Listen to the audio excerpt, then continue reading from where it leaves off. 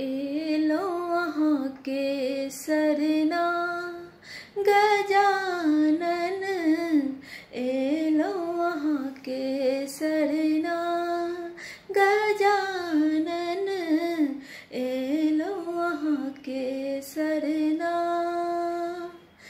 हे सुख करता, हे दुख हरता, हे सुख करता, हे दुख हरता, रिद्धि सिद्धि के स्वामी दाता, प्रथम करे वंदना, एलो वहाँ के सरना गजानन, एलो वहाँ के सरना गजानन, एलो वहाँ के सरना।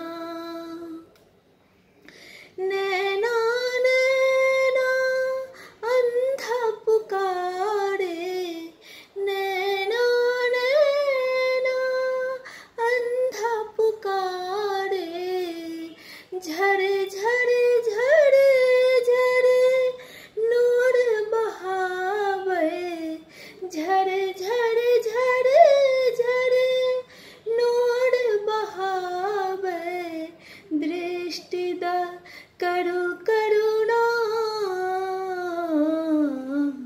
एलो वहाँ के सरना गजानन, एलो वहाँ के सरना। एक दंत गज मुख विघ्नेश्वर, एक दंत गज मुख विघ्नेश्वर, विघ्न विनाशक पर दुख भंजन, विघ्न विनाशक पर दुख भंजन, करे मंगल कामना, एलो वहाँ के सरना गजानन, एलो वहाँ के सरना गजानन, एलो वहाँ के सरना। पुत्र पुत्र कहे बजन पुकारे, पुत्र पुत्र कहे बजन पुकारे, निपुत्र बुझ सहल न जाए, निपुत्र पद सहल न जाए, पुत्र द करु कामना, एलो वहाँ के सरना गजानन, एलो वहाँ के सरना गजानन, एलो वहाँ के सरना।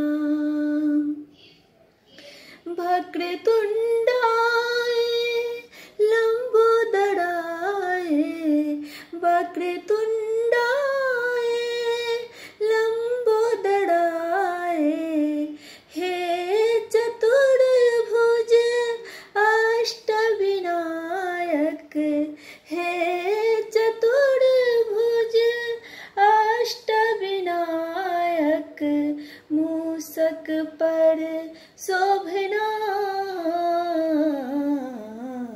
एलो वहाँ के सरना गजानन, एलो वहाँ के सरना गजानन, एलो वहाँ के सरना। धन दौलत बिन निर्धन कन्हैया, धन दौलत बिन निर्धन कन्हैया, दर दर ठो कर अब खैया, दर दर पर ठोकर खैया, करू करुणा एलो वही के सरना गजानन एलो वहाँ के सरना गजानन एलो वहाँ के सरना।